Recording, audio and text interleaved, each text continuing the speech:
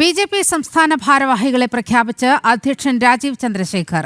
എം.ടി. Ramesh, Shobha Surendran, S. Suresh, Anoop Antony Joseph എന്നിവരാണ് general സെക്രട്ടറിമാർ.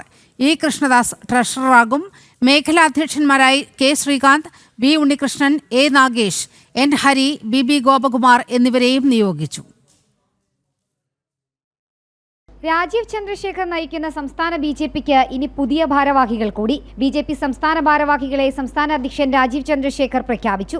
എം.ടി. Ramesh, Shobha Surendran, S. Suresh, Anoop Antony എന്നിവർ ജനറൽ സെക്രട്ടറിമാരാകും. വികസിത കേരളം സാധ്യമാക്കുക ലക്ഷ്യമെന്ന ജനറൽ സെക്രട്ടറിയാകുന്ന എം.ടി. രമേശ്.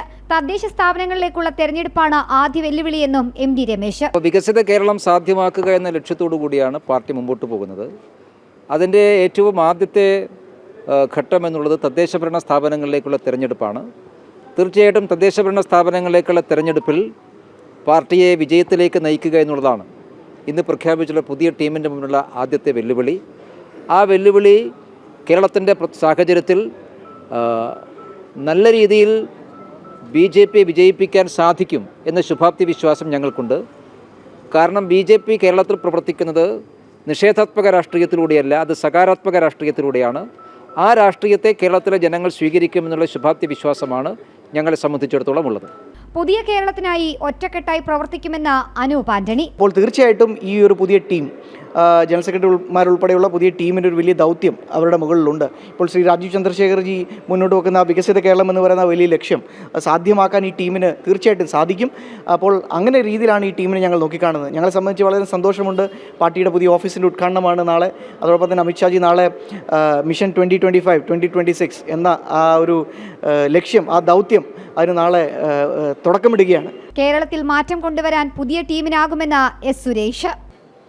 പുതുതായിട്ട് സമൂഹത്തിൻ്റെ വിവിധ ഭാഗങ്ങളിൽ വിവിധ രീതിയിലുള്ള പ്രാതിനിധ്യങ്ങൾ വരുത്തിക്കൊണ്ട് പുതിയ കുറച്ച് 40% പുതിയ ആൾക്കാർ വന്നു.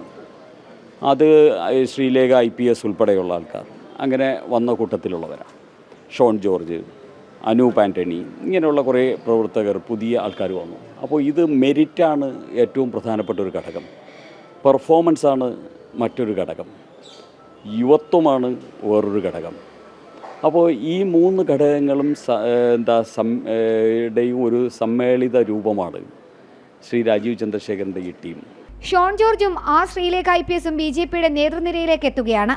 പ്രഖ്യാപിച്ച 10 വൈസ് പ്രസിഡന്റുമാരിൽ ഒരാൾ മുൻ DGP ശ്രീലേഖയും PC ജോർജിന്റെ മകൻ ഷോൺ ജോർജുമാണ്. C. കൃഷ്ണകുമാറിനും വൈസ് പ്രസിഡന്റ് പദവി നൽകി. പുതിയ ഉത്തരവാദിത്തം, ചുമതല സന്തോഷത്തോടെ സ്വീകരിക്കുന്നുവെന്ന് ഷോൺ ജോർജും ജനം ടിവിയോട് പറഞ്ഞു. പാർട്ടിയെ അധികാരത്തിലെത്തിക്കാൻ രാപ്പകലില്ലാതെ പ്രവർത്തിക്കുമെന്നും ഷോൺ. പാർട്ടിയെ അധികാരത്തിലെത്തിക്കുക എന്നുള്ള ഒറ്റ മന്ത്രമാണ് ഞങ്ങളുടെ മുമ്പിലുള്ളത്. അതിനുവേണ്ടി രാപ്പകലില്ലാതെ പണിയെടുക്കാൻ ഒരു പദവി എന്ന് മാത്രമേ ഇതിന് കരുതുന്നുള്ളൂ. 10 വൈസ് പ്രസിഡന്റുമാരെയും തെരഞ്ഞെടുത്തിട്ടുണ്ട്.